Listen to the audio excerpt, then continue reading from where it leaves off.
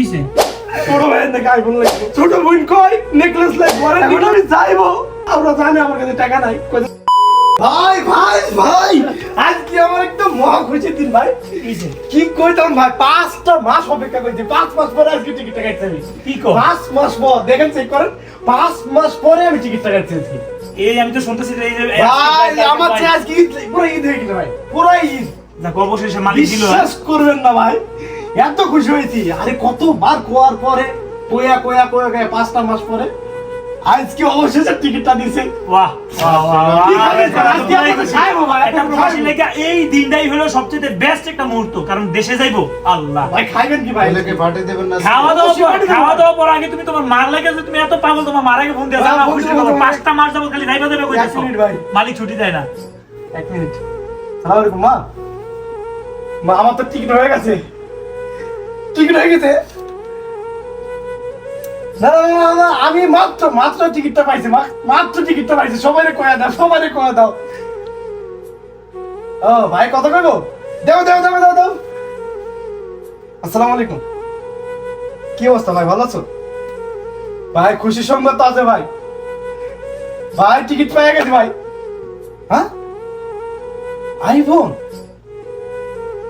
আচ্ছা নেন গো, নেন, আমি নিয়ে আসবো, সমস্যা নেই। আচ্ছা ঠিক আছে, বললে দাও দাও। হ্যাঁ কি রে, কি ভালো আছি? হ্যাঁ টিকিট তো হয়ে গেছে তো ভাই, টিকিট তো হয়ে গেছে। নেকলেস? আচ্ছা দেখি, ইনশাল্লাহ ইনশাল্লাহ। আচ্ছা পরে কথা বলবো, রাইখে দিলাম।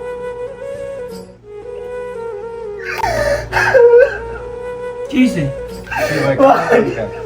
হ্যাঁ বিদেশ থেকে যাইতাম না ভাই, কি হইছে তোর সমস্যা? আমি বিদেশ থেকে যাইতাম না ভাই, দীর্ঘ 5টা বছর হয়ে গেছে ভাই, কত আশা ছিল যাবো, যাইবো না ভাই, আমি যাইতাম না ভাই, দরকার নাই, 5টা মাস যাবত ওয়েট করলা, দরকার না ভাই, যাইতাম না ভাই, কান্নাকাটি কিছু নাই। শোনো, যাইতাম না, 5টা মাস যাবত এই একটা দিনের জন্য অপেক্ষা যাইতাম না ভাই, আমি যাইতাম না। আমার বিদেশে টাকা লাগবে, আমি বুঝছি ভাই, আমি 30 লক্ষ টাকা পাঠাইছি 5 বছরে, কত কষ্ট করে পাঠাইয়া কত কিছু দিলাম, পরিবারের লোকজন এখনো কয় আমারে বড় ভাইয়ের নাকি আইফোন লাগবো, ছোট বোন কয় নেকলেস লাগবো, আরে নেকলেস তো 2-3 বার কিনে দিলাম বাংলাদেশ থেকে। এখন আমি যাইবো, আমরা জানি আমার কাছে টাকা নাই, কয়দিন আগে জমি নিলাম, এখন কয় টাকা লাগবো, আইফোন নেবো, এখন কয় আইফোন ভাই, নেবো, আমাদের আসলে আমাদের প্রবাসীদের আমরা যেভাবে তাদের এখন কয় নিঃসঙ্গতা, নেকলেস দেবো। প্রতিটা রাত যেভাবে তাদের নিঃসঙ্গতা আমরা কাঁদি, তারা যদি আমাদের সেই একটা রাত যে কষ্ট পরিমাণ আমরা সহ্য করি সেটা যদি তারা জানতে পারতো, তাহলে কোনোদিনই তাদের চাহিদা আসলে এত কিছু হইতো না। যাই হোক, যাইতাম না ভাই, যাইতাম না। আর এই মুহূর্তে আমার কাছে তো টাকা নাই, আমি যে তোমার তো অলরেডি তুমি আমার কাছ থেকে 2 লাখ টাকা নিয়ে রাখছো, আর কারোর কাছে টাকা নাই যে তোমার এখন একটা নেকলেস কিনতে গেলে মিনিমাম 3 লাখ টাকা লাগবে, একটা আইফোন কিনতে গেলে 2 লাখ টাকা, 5 লাখ টাকা দরকার। কেউ কষ্ট বুঝলো না ভাই, আমার কষ্ট বুঝলো না, খালি এটা নেবো ওইটা নেবো যেটা নেবো, কইতে পারি না, দিতে পারবো না। আসলে দিন শেষে এতটুকু বুঝতে পারলাম, প্রত্যেকটা প্রবাসী আসলে নিজের কাছের মানুষগুলো সবচেয়ে বড় স্বার্থ করে, যাইতাম না আমি, এত কইরাও কোনো নাম নাই। আমি যাইতাম না।